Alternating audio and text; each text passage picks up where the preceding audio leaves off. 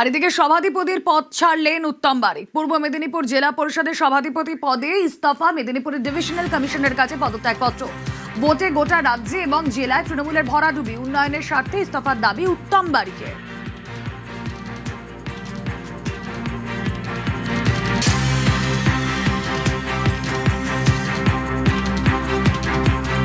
জনগণের রায় শেষ কথা বলে, জনগণের রায় যেহেতু আমাদের কাছ থেকে শুনে গেছে, তাই পদে থেকে নিশ্চিতভাবে পদের অমর্যাদা করা উচিত নয়।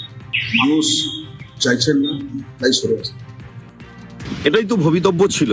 বিরোধী দলনেতা বোধহয় তাকে তার বোধোদয়ের জন্য তাকে অভিনন্দন জানাচ্ছি, কৃতজ্ঞতা জ্ঞাপন করছি এবং তার এই শুভবুদ্ধি উদয় হওয়ার জন্য তার সপারিষদ যারা আছে তাদের কাছেও আহ্বান জানাবো, আসুন কাল বিলম্ব না করেই উন্নয়ন যজ্ঞে সকলেই আমরা সামিল হই।